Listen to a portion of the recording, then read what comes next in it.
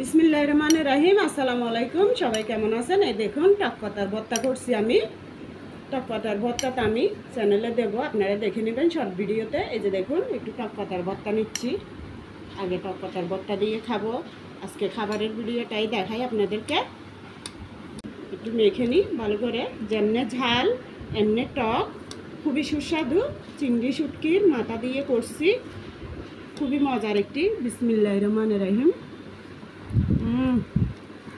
অনেক শান্তির খাবার, খুবই মজা হয়েছে। দেখুন এত মজা লাগতেছে, শুধু ভর্তাই নিচ্ছি, ভর্তাটাই ভালো লাগতেছে। সাথে আরেকটা খাবার আছে, আপনারা দেখতে থাকুন। আমি আমার মেয়েকেও খাওয়াচ্ছি, আমিও খাচ্ছি। এই যে দেখুন মেয়েকে খাওয়াইছি, মেয়ে ঝালের জন্য খেতে পারতেছে না, অনেক ঝাল হয়েছে। কাঁচামরিচও নিচ্ছি, ভর্তা তো খাই জাল।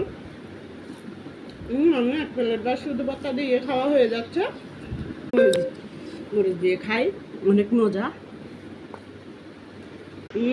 কি শান্তি, অনেক শান্তি, সত্যি খুবই মজার খাবার। আপনাদের যদি দেখতে ইচ্ছা করে আমি শর্ট ভিডিওটা দিয়েছি, ওখানে পুরো ভর্তাটা রেসিপিটা দেখে নেবেন। দেখুন বন্ধুরা, আবার ভাত নিয়েছি আমি শাক ভর্তা দিয়ে খাওয়ার পর। দেখুন আজকে আবারও কাঁঠাল বিচি দিয়ে আমি গরুর হাড্ডি দিয়ে রান্না করছি। দেখুন অনেক মজার খাবার। দেখুন চর্বি আছে এখানে অল্পই, আমি হাঁড়িতে আরও আছে, অল্প করে নিছি যতটুকু খাওয়া যায়। এই যে দেখুন হাড়টা কত বড়, এগুলো কুরবানের মাংসের হাড়। তো আপনারা যদি খাওয়ার ইচ্ছা থাকে আসুন, আপনাদের দাওয়াত রইল। কেমনভাবে ছুটে যাচ্ছে, হাত দিয়ে ছুটে গেল, অনেক নরম হয়েছে। এই যে দেখুন কেমন নরম হয়ে গেছে। আর কাঁঠালের বিচিটা দেখুন, এই যে দেখুন কাঁঠালের বিচি এমনি একটু শক্ত শক্ত থাকে, অনেক মজা হয় এ ধরনের কাঁঠালের বিচি দিয়ে করলে।